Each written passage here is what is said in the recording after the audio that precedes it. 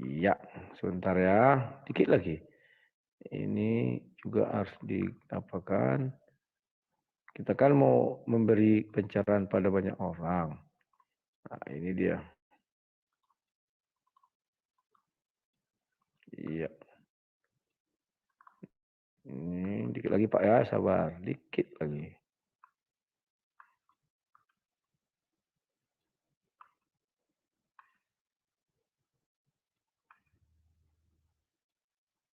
Plutonium.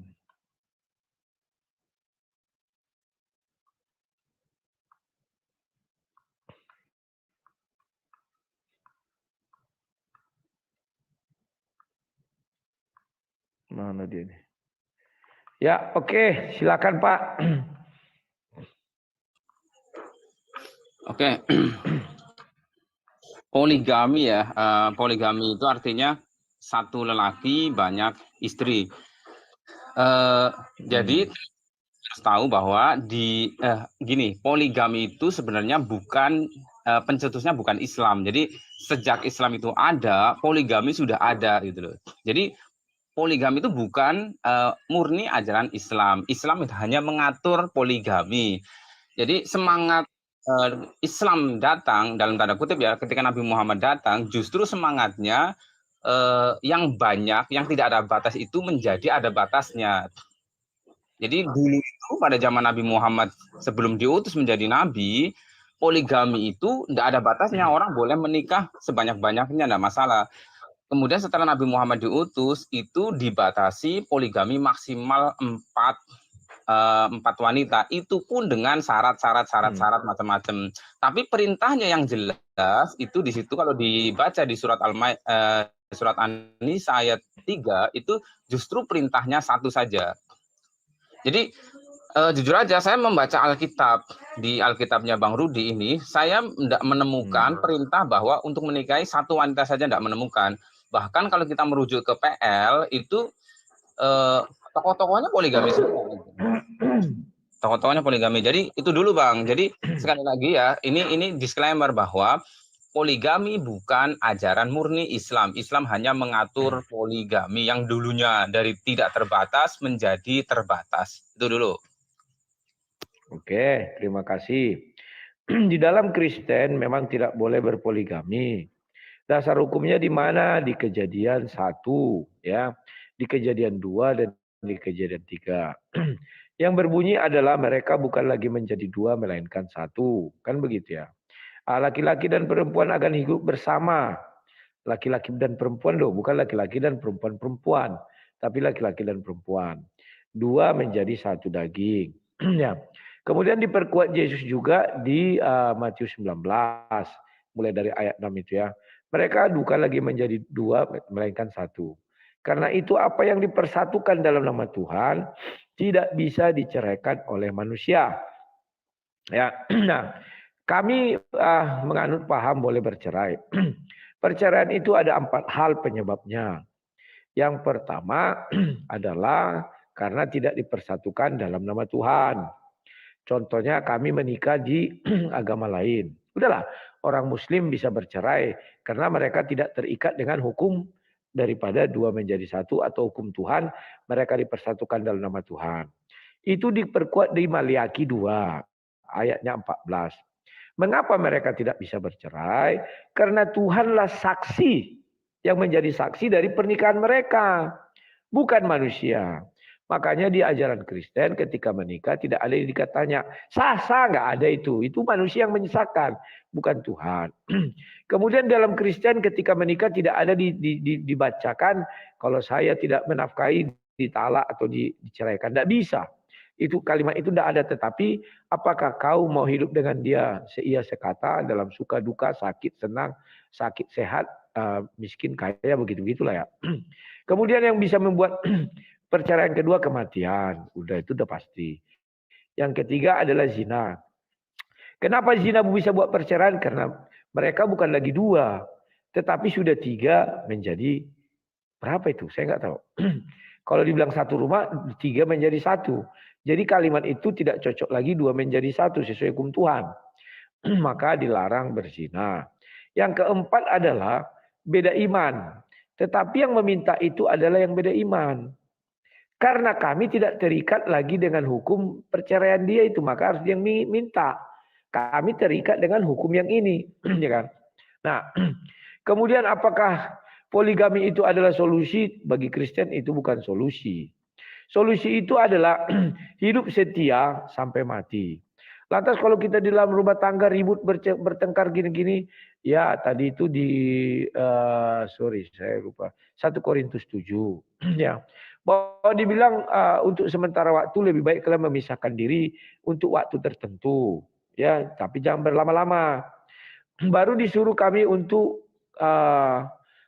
apa ya, kalau sudah parah ditemukan bisa diceraikan, diusir ya. Itu di Ulangan 24 ya. Kalau didapati yang tidak senonoh dari istri, misalnya istri ketemu selingkuh, ketahuan selingkuh, dibuang. Tapi tidak bisa lagi dia menikahi istrinya itu, apalagi sudah tidur dengan orang lain ya. Itulah kalau di dalam kekristenan. Kalau di dalam Islam, nanti Asta Indrayana tolong dibacakan surah 4 ayat 3 itu. Kita uraikan dari awal. Karena di dalam bahasa Indonesia ini dikatakan situ, apabila ada niatan ingin menikah sama anak yatim, kita takut tidak dapat berlaku adil. Jadi menurut saya, kalimat tidak dapat berlaku adil untuk anak yatim loh. Bukan untuk anak piatu, bukan untuk anak yang masih ada kedua orang tuanya, tapi khusus yatim. Nah, berarti kalau kita menikahi satu anak yatim, artinya kita sudah mendeklarasikan diri mampu menikahi anak yatim. Kan gitu. Nah, kemudian kalau kita tidak mampu, ambillah 2. Baik budak atau orang lain. 3 atau 4. Jadi tidak dimulai dari 1. Dari 2. Itulah poligami. Sudah. Tapi kalau kita juga tidak yakin dapat berlaku adil jika menikahi orang lain, 2, 3 atau 4 cukup nikahi 1 saja. Artinya apa di situ? Kalau saya menikah dengan orang yang bukan yatim, cuma 1. Artinya saya sudah mengikatkan diri kepada Tuhan dengan sebuah janji. Bahwa saya tidak sanggup berlaku adil kalau menikahi 2, 3 atau 4. Jadi di dalam ajaran Islam tidak ada istilah tambusye. Ketika saya sudah kaya, saya tambah 1 orang lagi. Gak ada itu. Tetapi oleh para maniak-maniak poligami ini, dirubahlah itu dengan kalimat berlaku adil. Bukan itu, urutannya jelas. Silakan uraikan menurut Anda.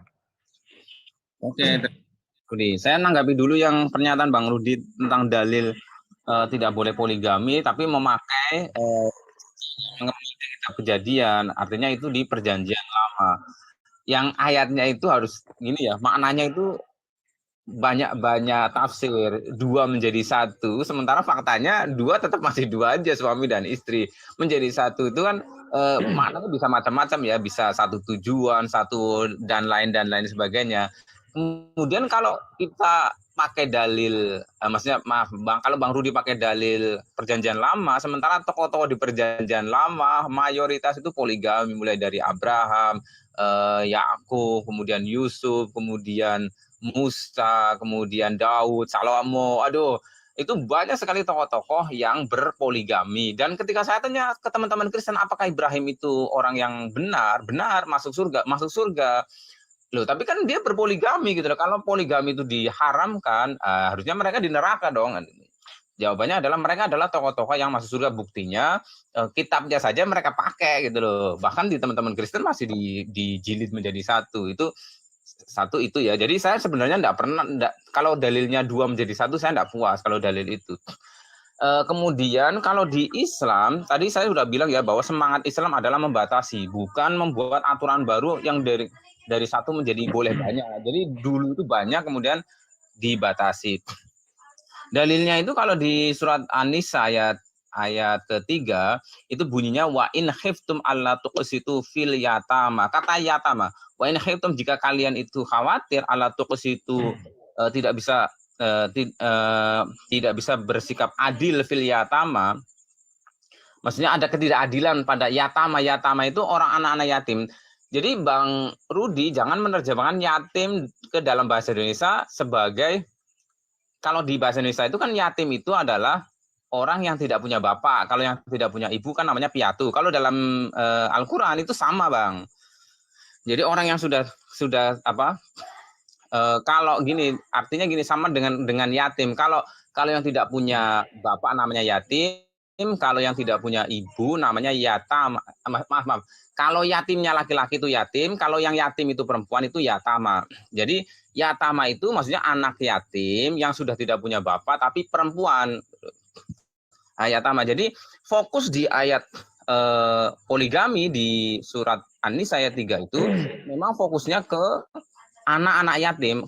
Karena itu anak-anak yatim perempuan, maka hubungannya dengan dianya sendiri sebagai anak yatim perempuan atau ibunya gitu loh. Jadi kita bisa menikahi, kalau kita ini ya khawatir ada ketidakadilan pada mereka, karena zaman Nabi Muhammad janda perempuan itu benar-benar tidak ada harganya. Kemudian anak yatim itu benar-benar tidak ada harganya. Benar-benar tidak ada ketidakadilan. Nah, beda kalau dengan sekarang. Sekarang itu anak yatim kadang masih bisa kan belanja-belanja kemana-mana, masih bisa jalan-jalan kemana-mana. Kalau dulu benar-benar diejek-ejek.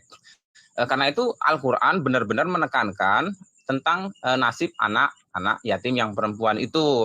Jadi boleh menikahi dua, nambah, karena kalau satu kan namanya monogami ya, boleh menikahi dua, nambah satu lagi maksudnya 3 atau 4.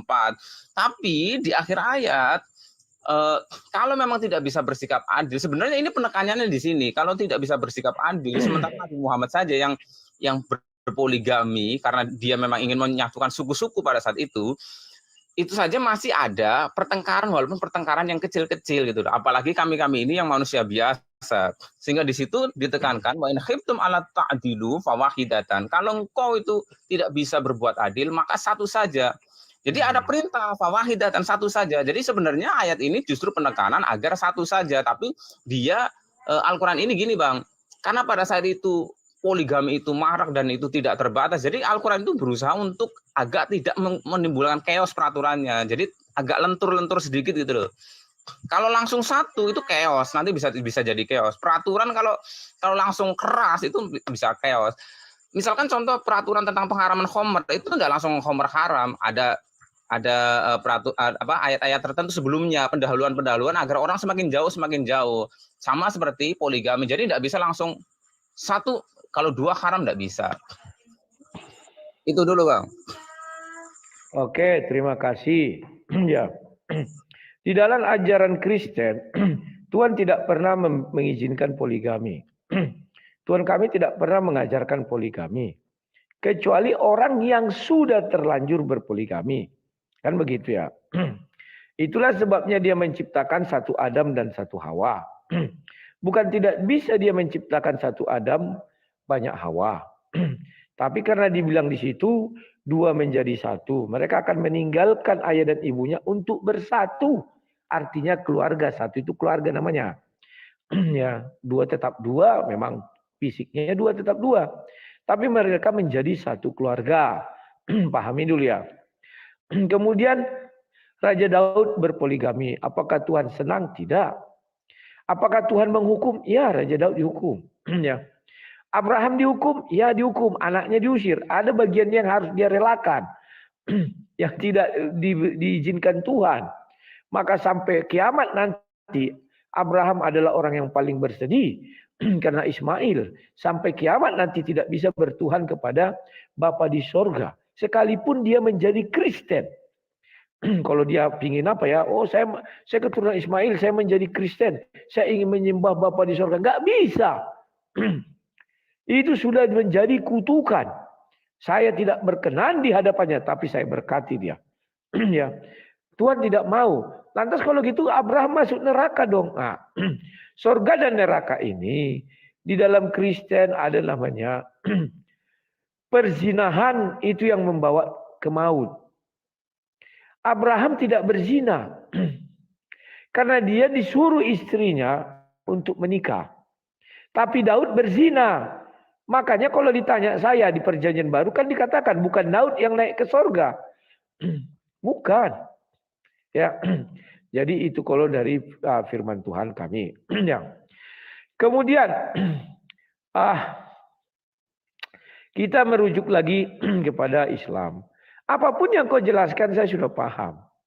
Yatim itu orang yang tidak punya ayah. Yatama anak yang tidak punya anaknya, namanya yatama. Udah. Pada zaman Nabi Muhammad, anak yatim ini punya harta benda yang banyak. Kemudian dia dirawat atau diasuh oleh pamannya. Kemudian itu tafsir ya Ibnu Katsir. Kemudian pamannya ini jatuh hati ingin menikahi dia. Maka diberilah mahar yang tidak sepadan. Kan begitu ceritanya. Itulah sebabnya ayat ini justru menganjurkan orang tidak boleh berpoligami. Kenapa? Ayat ini dimulai dari niatan ingin menikahi anak yatim. Pastikan dulu. Kalau kita menikahi orang yang ada ayah dan ibunya, maka kita tidak bisa berpoligami. Kalau kita ingin menikahi orang yang tidak ada ibunya, bapaknya ada, kan bapak bisa menikahkan. Ibu tidak bisa menikahkan. Kita juga tidak bisa punya niatan poligami. Kalau kita menikahi anak yatim, artinya kita sudah sakralnya kita sudah bersumpah di hadapan Tuhan bahwa kita dapat berlaku adil. Kalimatnya kan tidak mengawini kalau tidak berlaku adil, kalau tidak dapat. Tapi kalau nikahi berarti dapat berlaku adil. Kalau dapat berlaku adil, kepanjangan ayat itu tidak ada dikatakan nikahilah 2, 3 atau 4. Tidak ada. Stop sampai di situ. Nah, paham ya? Jadi kalau kita menikahi anak yatim, kita mendeklarasikan diri kepada Allah SWT bahwa kita sanggup berlaku adil.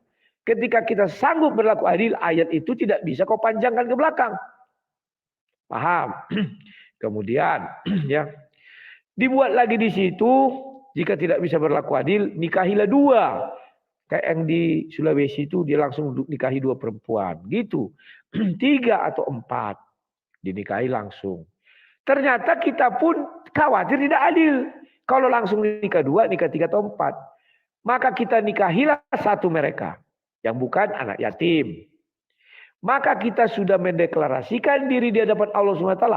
Ketika kita menikahi 1 dari mereka, artinya kita sudah bersaksi atau sudah bernazar bahwa saya tidak mampu menikahi kalau mereka 2, 3 atau 4. Tidak ada kalimat di situ, kalau kamu sudah menikahi orang 1, artinya kamu bisa tambah 2, 3 atau 4. Tidak ada. Jangan dibalik ke belakang. Jika kau menikahi 1 orang, maka nikahilah 2, 3 atau 4 lagi. Tidak ada. Kalian kan suka melawan Allah SWT. Ayat itu terang benderang. Karena kalian ingin poligami, maka oleh ulama-ulama dirubahlah pengertian ini agar ada jalan mereka poligami. Padahal ayat itu jelas mengatakan, ketika aku menikahi anak yatim, artinya aku berikrar, aku sanggup berlaku adil kepada dia. Ada enggak ayat selanjutnya? Ketika kau dapat berlaku adil kepada anak yatim, maka kau bisa nikah 2, 3 atau 4. Enggak ada. Kalian karang itu. Kemudian, ketika saya menikahi orang budak atau yang anak bukan yatim, 1 orang saja. Ada enggak ayat di situ? Jikalau kau menikahi 1 orang budak, jikalau kau menikahi 1 anak yang bukan yatim, katakanlah ayat yang beribu bapa, maka nikahilah 2, 3, 4. Tidak ada. Kita menikah 1 karena kita yakin tidak mampu berlaku adil 2, 3 atau 4. Jadi kalau di kemudian hari kaya, tidak ada kalimat di situ. Ketika kau kaya tabu cek, nggak bisa. Silakan. Oke, terima kasih. Saya nanggapi yang Abraham dan tokoh-tokoh di Perjanjian Lama. Mereka berpoligami tapi Tuhan tidak ridho, tadilah intinya Tuhan tidak ridho. Sebenarnya itu menjadikan pertanyaan saya, seberapa kuasa Tuhan itu loh, seberapa kuasa Tuhannya Bang Rudi jadi panutan tokoh yang Tuhan bisa menyampaikan pesan kepada yang bersangkutan, kepada Abraham dan lain sebagainya. Kenapa dia ketika mau berpoligami Tuhan diamkan saja gitu loh? Harusnya Tuhan bisa menegur. Tuhan kan banyak sekali kan ayat-ayat di Perjanjian Lama yang menegur nabi, para nabinya kan ada. Kenapa ketika Ibrahim mau poligami tidak ditegur saja? Yakub mau poligami tidak ditegur saja? Tokoh-tokoh yang lain, Sulaiman, Daud, yang lebih parah itu Sulaiman. Dia sampai punya istri 700, gundinya 300. Nah, itu Tuhan tuh kemana gitu loh. Tuhan itu kenapa? Dia kan diberi kitab gitu loh, diberi ilham kitab, ada Kidung Agung dan lain sebagainya. Harusnya Tuhan menyampaikan pesannya, Salomo, janganlah engkau punya istri lebih dari satu misalkan. Kan enggak ada satupun ayat-ayat seperti itu bertebaran di Perjanjian Lama, enggak ada. Kemudian saya tegaskan lagi ya, kata yatim dan yatama itu sama-sama anak, Bang. Yatim dan yatama maknanya sama-sama anak semuanya. Kalau yatim itu laki-laki, anaknya laki-laki. Kalau yatama itu anak perempuan, yatim perempuan gitu loh. Kalau yatim laki-laki, kalau yatama yatim perempuan. Jadi gini, sebenarnya betul, saya setuju dengan Bang Rudi tadi bilang bahwa ayat itu sebenarnya penegasan untuk menikah satu saja, monogami. Iya betul, tapi Al-Quran tidak bisa menutup rapat-rapat poligami, karena poligami itu memang pada saat itu karena dari suatu hal yang dari tidak terbatas gitu loh. Dari tidak terbatas, Al-Quran tidak bisa menutup rapat-rapat. Kalau menutup rapat-rapat chaos, apalagi pada zaman itu peperangan sudah biasa, peperangan di belahan bumi itu udah biasa, saling ekspansi, sana sini perang Romawi dengan Persia, apalagi pada zaman Nabi Muhammad ya, peperangan di suku-suku Arab itu yang menjadikan jumlah perempuan jauh lebih banyak daripada jumlah laki-laki. Jadi itu harus menjadi solusi gitu loh, menjadi solusi pada saat itu. Tapi berkali-kali Nabi Muhammad mengatakan bahwa wa antum a'lamu bi umuri dunyakum, kalian lebih tahu masalah urusan dunia kalian. Artinya ketika di suatu daerah perempuannya dan laki-lakinya sama, makalah janganlah berpoligami gitu. Jangan berpoligami kecuali di daerah-daerah tertentu. Di Afrika Utara itu kan ada negara yang justru perempuannya yang meminta poligami karena terlalu banyak wanita daripada laki-laki. Coba dicek ya. Jadi perempuannya yang minta, Bang, minta agar lelaki yang tidak mau poligami dihukum gitu. Dihukum oleh negara. Itu permintaan dari perempuan loh, bukan laki-laki yang minta perempuan, karena terlalu banyak jumlah perempuan. Kemudian yatim itu maksudnya gini, Bang. Kalau misalkan kok saya sudah punya istri, saya enggak mau ini ya, Bang Ridwi tadi juga menafsir, saya juga boleh dong ikut tafsir-tafsir para ulama. Jadi misalkan saya sudah punya istri, kemudian saya melihat ada anak perempuan yatim yang dia tidak diperlakukan adil oleh masyarakat, oleh keadaan itu dia tidak diperlakukan adil. Saya boleh menikahi dia gitu loh, saya jadi pahlawan gitu loh, tapi dengan restu istri saya. Kalau enggak ada restu istri saya, enggak usah. Kalau bisa carikan yang single untuk dia. Jadi yang difokuskan itu anak yatim yang perempuan, karena dia kemungkinan besar, khususnya pada zaman Nabi Muhammad, itu tidak diperlakukan adil oleh masyarakat, sehingga dengan dinikahi, dia menjadi ada perlindungan. Atau kalau toh tidak dianya, bisa ibunya gitu loh. Dengan menikahi ibunya, otomatis dia juga bisa punya hak-hak yang ini tuh. Jadi tujuannya itu sebenarnya niat sosialnya tinggi sekali. Dan gini loh, Bang, kita juga harus komparasi dengan agama-agama lain sebelum zaman Nabi Muhammad ya. Hampir semua agama itu tidak melarang poligami. Bahkan di agama Hindu ada kasus poliandri di mana Arjuna Drupadi itu menikahi Pandawa gitu. Tapi dengan syarat setahun dengan si A, nanti setahun berikutnya si adiknya, setahun berikutnya adiknya, kayak gitu, poliandri. Jadi what's wrong gitu loh. Jadi jangan dianggap bahwa ajaran Islam itu tidak masuk akal, tidak rasional dan lain sebagainya. Saya menganggap bahwa poligami itu adalah kebutuhan yang memang tidak bisa dibuka lebar-lebar, tapi juga tidak jangan ditutup sepenuhnya. Gitu, Bang. Oke, itu dulu. Oke, terima kasih. Ya. Kalau di dalam ajaran Kristen itu saya bukakan dulu Alkitabnya. Di Kejadian 2 ayat 24 sudah jelas. Sebab itu seorang laki-laki akan meninggalkan ayah dan ibunya dan bersatu dengan istrinya. Sehingga keduanya menjadi satu daging, itulah rumah tangga. Gak ada dikatakan seorang laki-laki akan meninggalkan ayah dan ibunya bersatu dengan istri-istrinya, gak ada. Jadi hanya dua menjadi satu. Ya, memang kita lihat di Perjanjian Lama banyak penyimpangan. Bedakan antara penyimpangan dengan perintah. Kalau ada perintah, jangan membunuh. Maka kalau kita membunuh, kita ke neraka. Tapi kalau ada perintah, bunuhlah kafir-kafir itu misalnya. Kalau kita tidak membunuh mereka, kita ke neraka. Kalau kita bunuh, kita ke sorga. Itu namanya perintah. Apalagi tentara misalnya, bunuhlah musuhku itu misalnya. Kalau kita tidak musuh, kita bunuh, berarti kita disersi, melawan. Kan begitu. Nah, terjadilah yang namanya poligami itu. Tuhan kenapa tidak langsung melarang? Ya, Tuhan itu kan selalu mengizinkan manusia. Contohnya Adam dan Hawa. Tuhan sudah berpesan kepada si Adam, pohon ini jangan kau makan. Tapi ketika itu Tuhan membebaskan, itulah namanya kehendak bebas. Ya, tidak bisa Tuhan pun mengintervensi, tidak mau. Tapi memang ada Tuhan datang, dia marah. Marahnya setelah kejadian. Ya, contoh kepada Daud, tahunya Tuhan dia mau ngambil Berseba, tapi Tuhan tidak datang melarang. Karena memang Tuhan itu begitu. Setelah dia berbuat dosa, baru Tuhan datang. Kalau dia belum berbuat dosa, Tuhan belum datang. Kayak si Adam lah. Ada beberapa bagian seperti itu.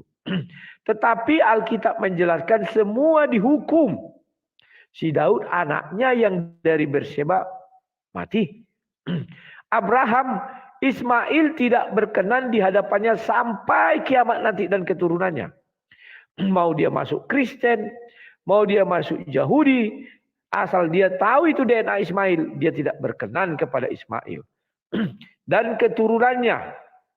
Nah, ingat itu. Kejam kan? Itulah hukum Tuhan kekal. Orang Kristen pun banyak nggak tahu hukum ini. Hanya aku yang berani mengungkapkan ini. Kalau orang Kristen kan, oh enggak, keturunan Ismail bisa kok. Kalau dia masuk Kristen, dia diterima Tuhan. Enggak, firman Tuhan kekal. Tidak mau dia menurut keturunan Ismail. Kenapa tahu? Baca di Kejadian 17. Perjanjian dia dengan keturunan Abraham adalah anak 8 hari disunat.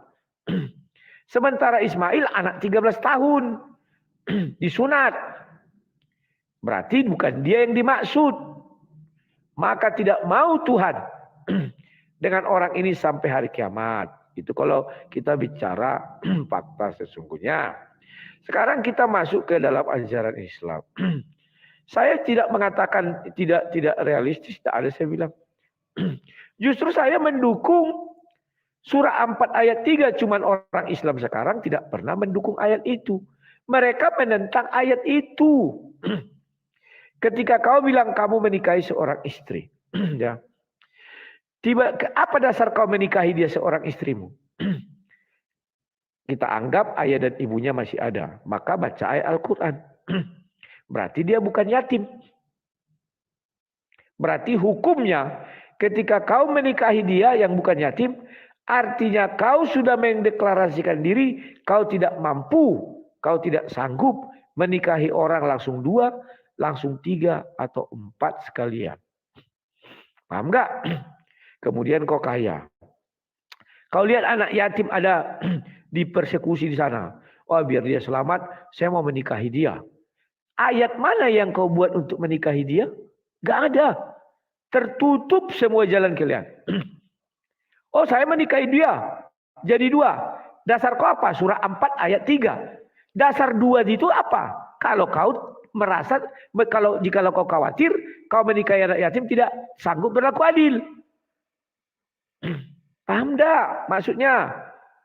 Sudah. Kemudian kita ambil lagi. Ternyata aku istriku 1. Istriku 1 anak yatim. Kenapa kau ambil anak yatim? Karena aku mampu berlaku adil, maka kau ambil hanya 1. Kemudian ternyata aku jadi kaya lagi. Aku ingin nikah, tambah. Dasar kau nikah apa? Gak ada. Dasar kau nikah 2 gak ada. Dasar kau nikah 3 gak ada 4. Karena dasarnya pertama, harus kau merasa ragu tidak dapat berlaku adil. Sementara kau sudah berlaku adil. Gak bisa kau tambah 2, 3 atau 4. Apakah poligami tertutup? Tidak. Saya tidak pernah bilang dalam Islam poligami tertutup, tetap terbuka. Hanya saja dasarnya ketika aku mau menikahi anak yatim, aku takut tidak dapat berlaku adil. Langsung ku nikahi 2 orang. Yang bukan anak yatim. Budak entah apa 2. Gak boleh dimulai dari 1 terus tambah. Gak ada ayatnya di Quran. Cari kalau dapat. Terima kasih. Aduh, ini saya jadi bingung gini loh, jadi bingung dengan penjelasan Bang Rudi yang jauh dari gini loh ya, dari konteks ayat itu gitu loh. Kalau kita baca ayat itu sesuai dengan kaidah bahasa Arab, itu enggak seperti itu, jauh. Gini Bang, saya misalkan gini ya, saya nih misalnya ditanya orang-orang apa, saya istrinya satu, kenapa kok kamu satu, tidak dua tiga sesuai di justru saya satu karena saya ngikut An-Nisa ayat 3 gitu, karena di situ ada perintah untuk menikahi satu. Di ayat yang terakhir, wa in khitum wa in khitum ala ta'dilu fawahidah. Kalau engkau khawatir ketika beristri 4, istri lebih dari satu itu tidak bisa berbuat adil dengan istri-istrimu, maka satu saja gitu loh. Ketika tidak, kalau kamu hanya cukup bisa adil satu aja, kalau dua enggak bisa dua. Yang di awal itu gini loh, wa in khitum alla tuqsitu fil yatama. Gini Bang, tadi Bang Rudi agak belum paham ya.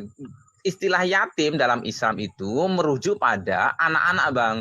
Anak-anak yang belum balik atau anak-anak yang belum dinikahi oleh orang lain, belum menikah, itu namanya anak yatim. Kalau umurnya sudah bangkokan, kemudian dia sudah tidak punya bapak, itu namanya bukan anak yatim. Dia tetap bukan kategori anak yatim. Anak yatim harus anak-anak Bang. Harus anak-anak. Jadi kalau umurnya udah 35 tahun, kemudian dia minta santunan, tolong dong santuni saya udah enggak punya bapak gitu loh. Nah, itu bukan anak yatim. Kalau dalam Islam dia sudah bukan yatim lagi. Yatim hanya berlaku untuk anak-anak yang masih di bawah tanggungan. Gitu. Jadi ayat yang pertama, wa in khitum ala tuqsitu, kalau engkau khawatir ada ketidakadilan pada yatama, anak-anak yatim. Kalau saya melihat ada ketidakadilan pada anak yatim, misalkan anak yatim dibully, tidak ada yang menyantuni, tidak ada yang menafkahi, nafkahnya tidak jelas karena tidak punya bapak. Nah, saya boleh menambah istri lagi, tapi dia gitu loh yang tidak diperlakukan adil itu. Gitu. Kalau misalkan ketika saya punya dua, kemudian saya bisa berbuat adil, kemudian saya melihat kasus lagi, ada anak yatim lagi perempuan yang ternyata dapat nasib yang sama gitu loh. Nah, saya bisa nambah lagi 3. Kalau saya masih bisa berbuat adil. Kalau tidak bisa berbuat adil, ya cukup adilnya berapa pada titik 2 ya 2. Kalau masih adilnya cuma hanya satu istri saja, ya satu istri saja gitu loh.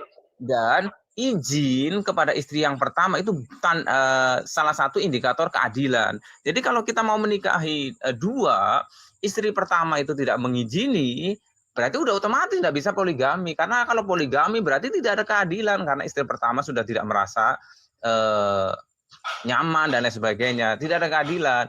Ada kasus teman ya, adalah pokoknya ya, itu sekali menikah 2 Bang, sekali menikah 2 karena apa? 2 wanita itu memang benar-benar ingin dinikahi sama saya itu gitu loh.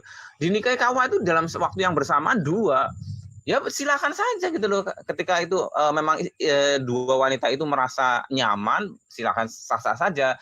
Kan berkali-kali saya bilang bahwa Al-Quran semangatnya membatasi bahwa poligami itu tidak bisa ditutup rapat-rapat, karena nanti suatu saat ketika jumlah wanita yang luar biasa banyak, harus dibuka keran poligami, harus dibuka sedikit-sedikit. Jadi bagi siapa-siapa yang memang mampu poligami, silakan poligami. Kalau ditutup rapat-rapat itu tidak bisa menyelesaikan masalah gitu loh.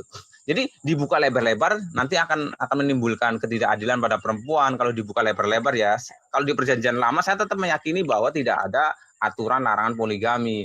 Tapi kalau dibuka rapat-rapat justru menjadi masalah, dibuka lebar-lebar menjadi masalah. Makanya di Al-Quran poligami tetap ada tapi dibatasi, artinya kerannya dibuka tapi sedikit aja gitu loh. Bayangkan kalau misalkan suatu saat kita terjadi perang dunia ketiga atau keempat misalkan, lelaki itu banyak yang terbunuh misalkan.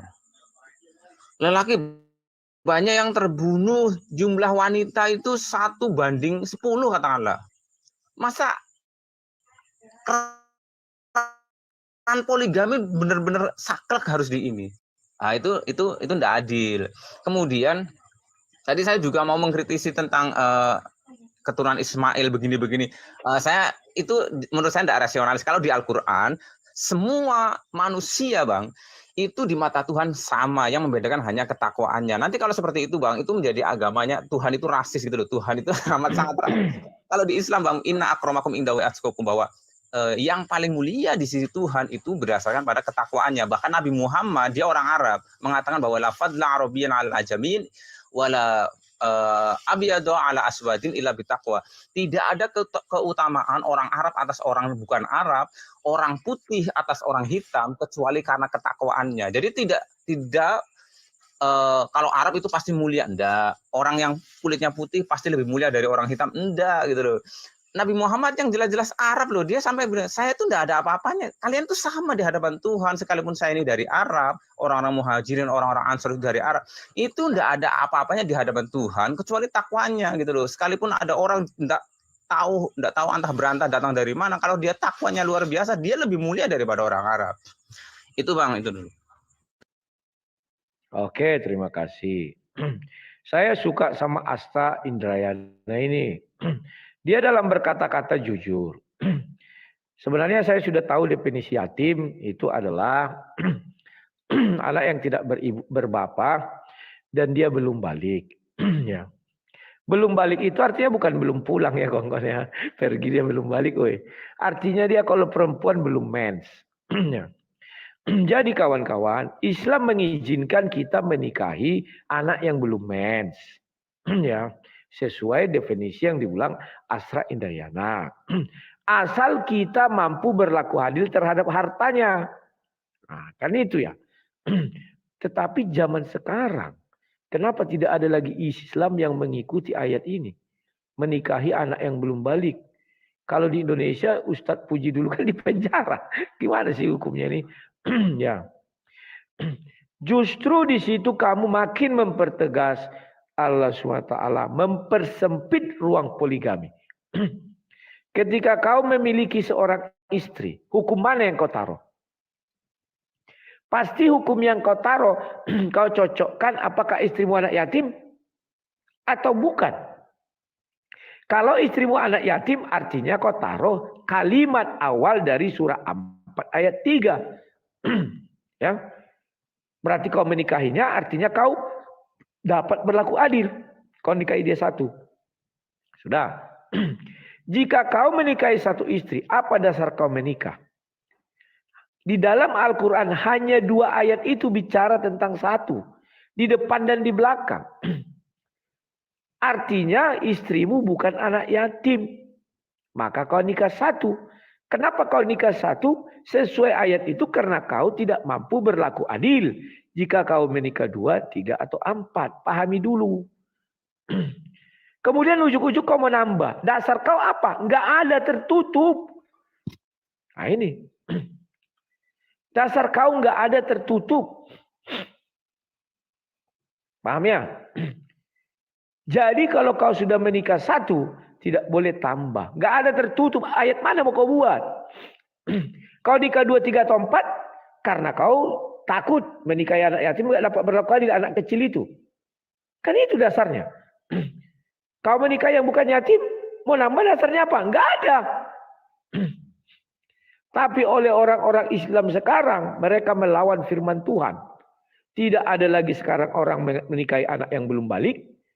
Tidak ada lagi orang mau peduli dengan aturan itu, langsung tambah cek, tambah terus, tambah. Dan yang parahnya, no limit. Ada strateginya. Ustadz Somad pernah bercerita. Ceraikan dulu 1, jadi 3. Tambah 1 lagi. Ceraikan dulu 1, no limit. Padahal itu tidak ada perintah di dalam Al-Quran. Tidak ada. Baca surat 3 itu. Ada nggak dibilang? Jika kau mau menikah lagi, ceraikan 1, jadi 4 terus. Tidak ada. Itu adalah kelicikan kalian untuk melawan Tuhan dengan halal. Contoh ada lagi. Daripada berzina, nikah dia, siri. Malam nikah, pagi cerai. Kan jadi main-mainan kalian Tuhan. Penting sah. Masuk TV One waktu itu pernah kulihat. Orang pergi berhaji katanya. Aku sampai tercengang-cengang. Itulah strateginya katanya. Waduh. Nah, kalau di dalam Kristen, kubukakan ya. Perjanjian lama namanya Maliaki. Maliaki 2 ayat 14. Dan kamu bertanya, oleh karena apa tidak boleh bercerai? Ingat cerita tentang perceraian.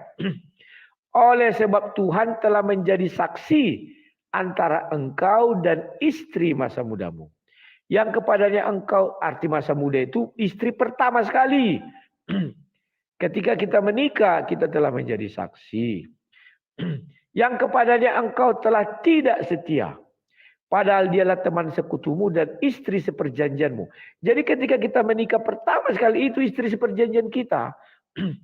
Bukankah Allah yang Esa menjadikan mereka daging dan roh?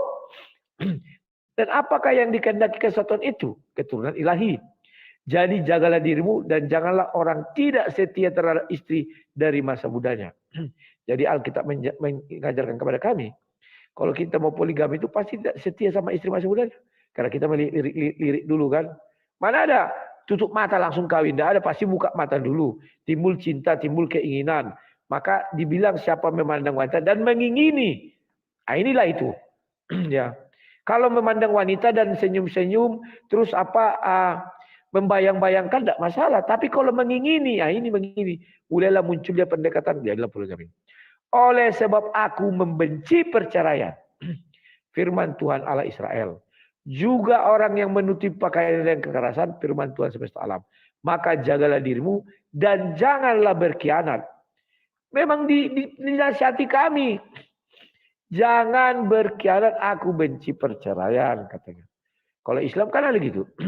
Allah apa katanya? Merestui perceraian, membenci perceraian tapi mengizinkan. Kalau kami enggak, dia benci. Ya. Sorry.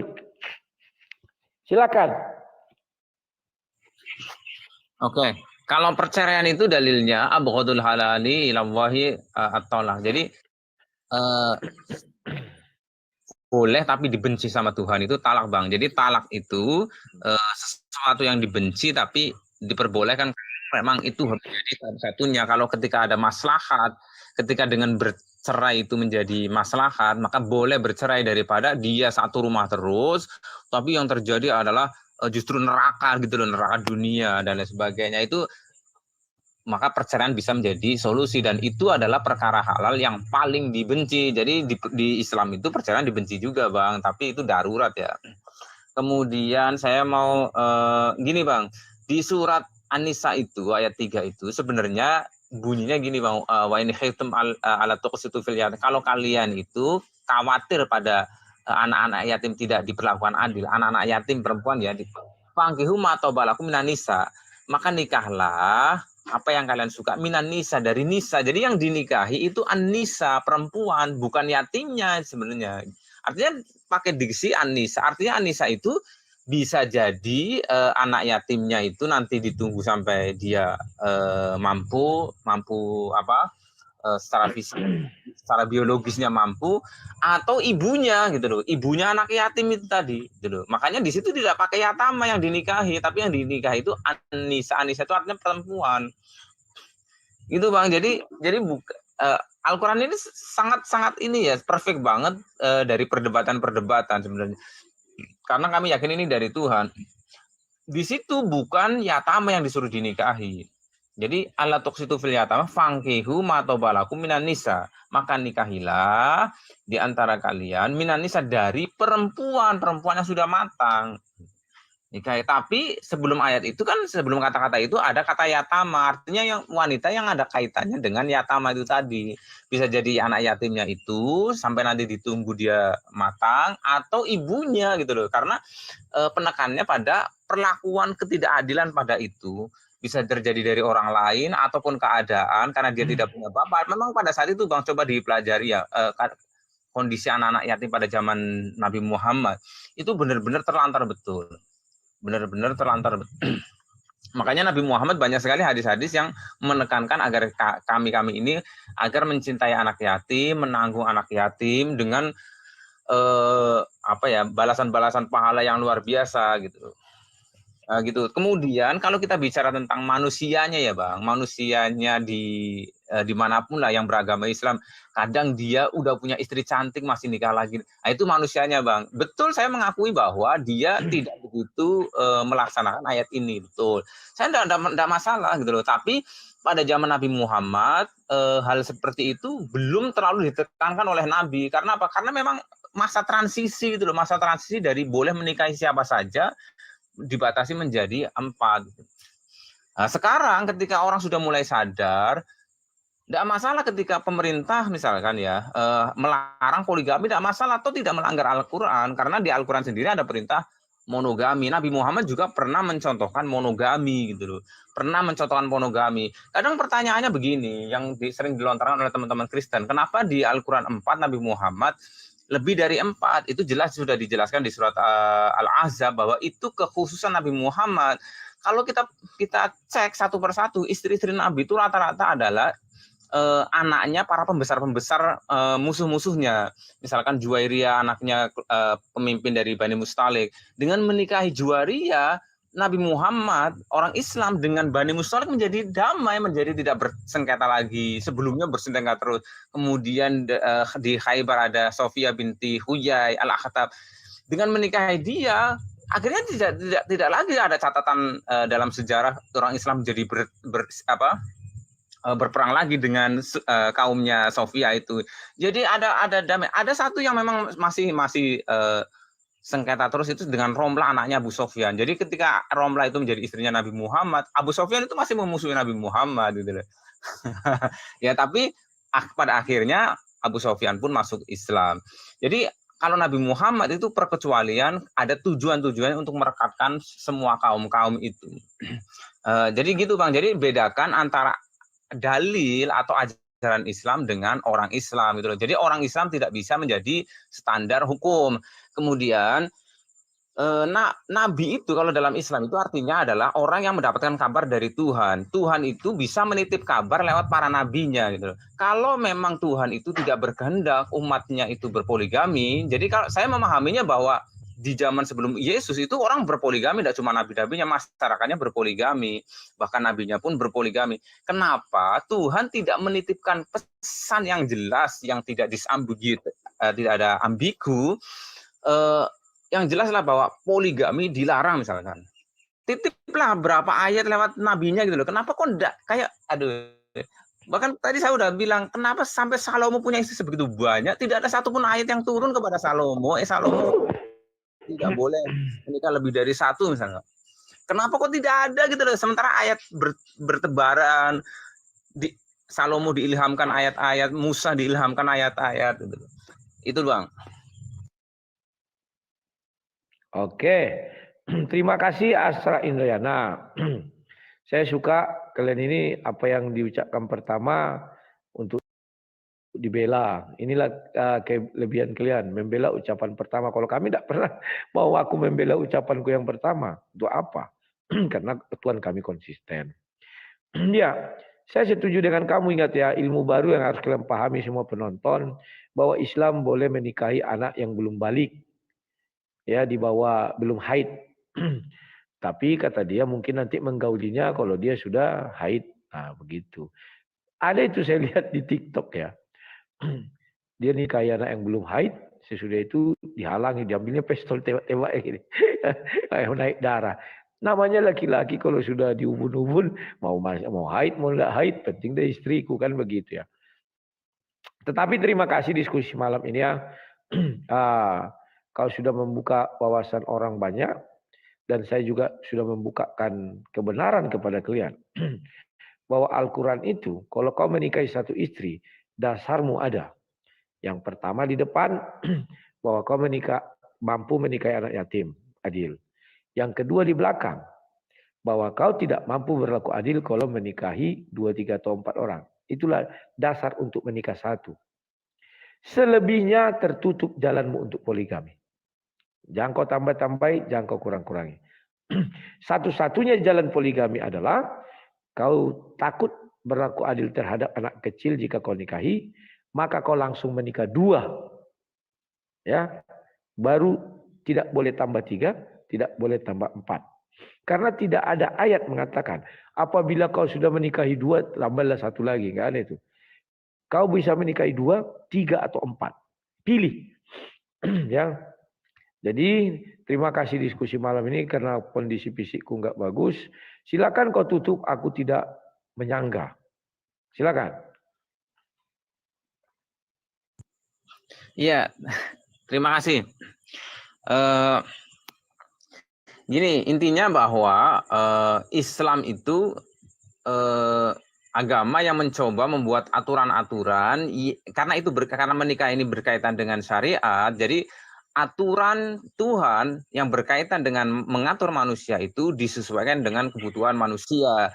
Dan ini juga bisa menjadi garis bawah bahwa agama, bahkan saya kayaknya kok enggak menemukan bahwa ada agama yang menyatakan hanya monogami saja, kecuali Kristen yang itu pun dalilnya masih bisa ditafsiri ya. Jadi semua agama di dunia yang besar-besar khususnya ya, Hindu, kemudian Yahudi, kemudian agama-agama yang lain yang bertebaran di muka bumi pada zaman itu semuanya memperbolehkan poligami atau tidak ada ayat larangan poligami lah. Kalau di Al-Quran jelas tegas boleh adanya poligami, bahkan ayat monogaminya juga sangat tegas sekali ada poligami. Jadi buat teman-teman di luar Islam untuk jangan menyudutkan Muslim tentang masalah poligami. Kalau kalian misalkan melihat kasus-kasus manusia ada yang poligami karena dia hanya hasrat saja dan sebagainya, biarkan itu manusianya, jangan diseret-seret ke ajaran agamanya. Ajaran agama tetap ajaran agama.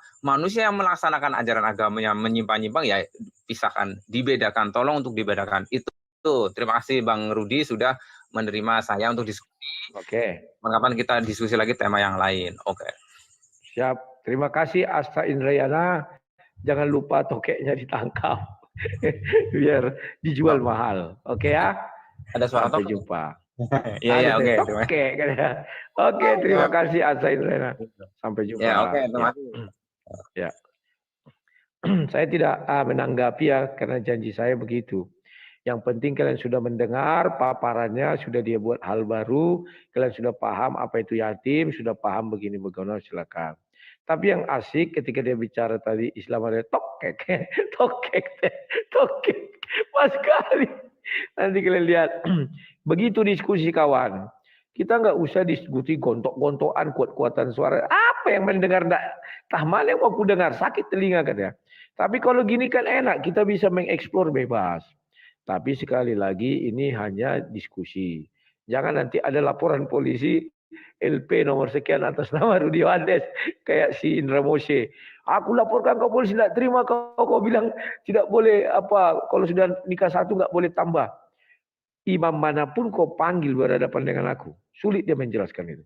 Dasar kau nambah satu apa? Ya kan? Ya, terima kasih. Jangan lapor polisi ya. Oke. Ini ada terakhir ya, karena tidak enak ini. Ini pendeta agnostik datang lagi, penipu dia itu. Imanka. Halo, selamat Imanka. Ini yang terakhir ya kawan-kawan, karena kondisiku nggak bagus. Silakan. Shalom, Bang Rudi, apa kabarnya? Shalom, imanku. Sebelum pertama-tama mau nanya dulu tentang gedung-gedung kita, ya gedung yang Siap. bangun maksudnya, gimana? Siap. Itu sudah plester tadi.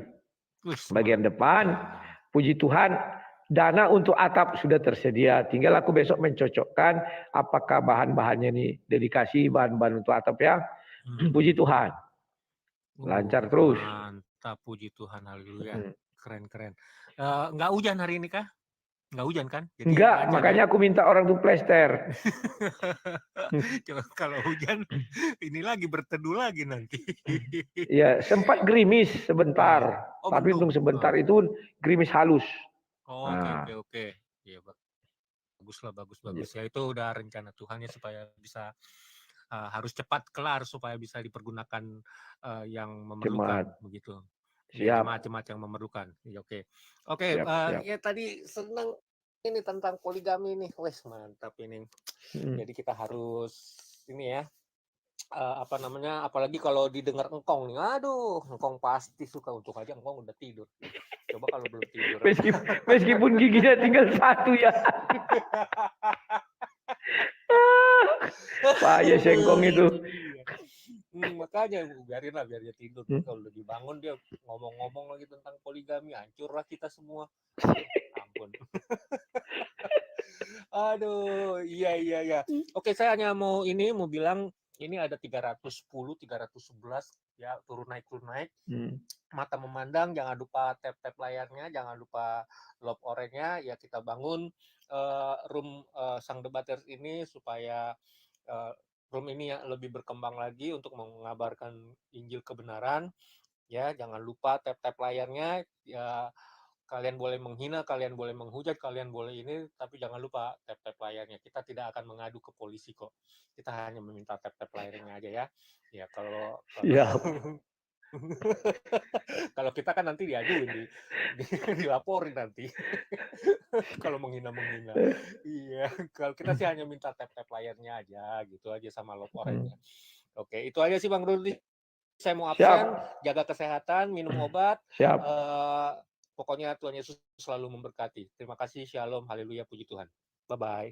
Siap, terima kasih imanku. Ya, kalian gratis menghujat kata imanku ya, mantap juga ya. Tapi jangan lupa tap layar, jangan lupa love orange. Kalau kami tidak akan lapor polisi, kalau kalian lapor polisi. Ya, kawan-kawan, aku harus jaga kesehatan dulu ya, pokoknya karena sudah mulai sembuh. Kita jumpa esok hari, percayalah saya akan menyuguhkan debat-debat yang elegan. Tidak ada lomba kuat-kuatan suara, tidak ada di sini lomba lapor-lapor polisi.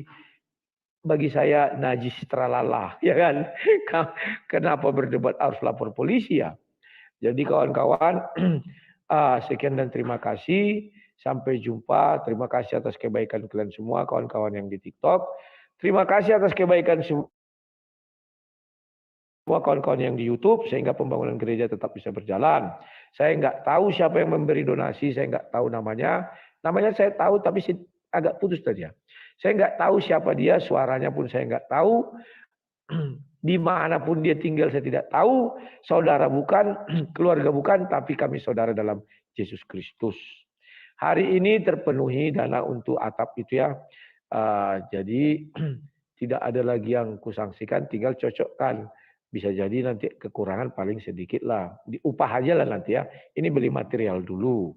Oke, sekian dan terima kasih. Sampai jumpa. Salam Sang Debaters.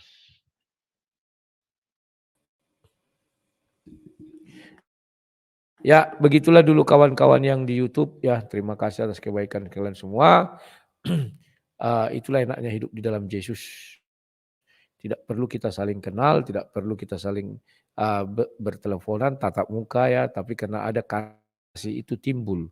Jadi kita melakukan hal yang sepantasnya dilakukan. Saya hanya bisa mengabarkan Injil dengan jujur. Nanti akan kita bahas atas pernyataan saya sampai kiamat keturunan Ismail tidak akan bisa menjadi pemilik kerajaan surga sekalipun dia ikut Yesus. Paham ya? Keturunan Ismail loh, bukan ku bilang agama dari seberang sana pindah ke kita. Beda agama, beda yang keturunan Ismail. Ya, oke.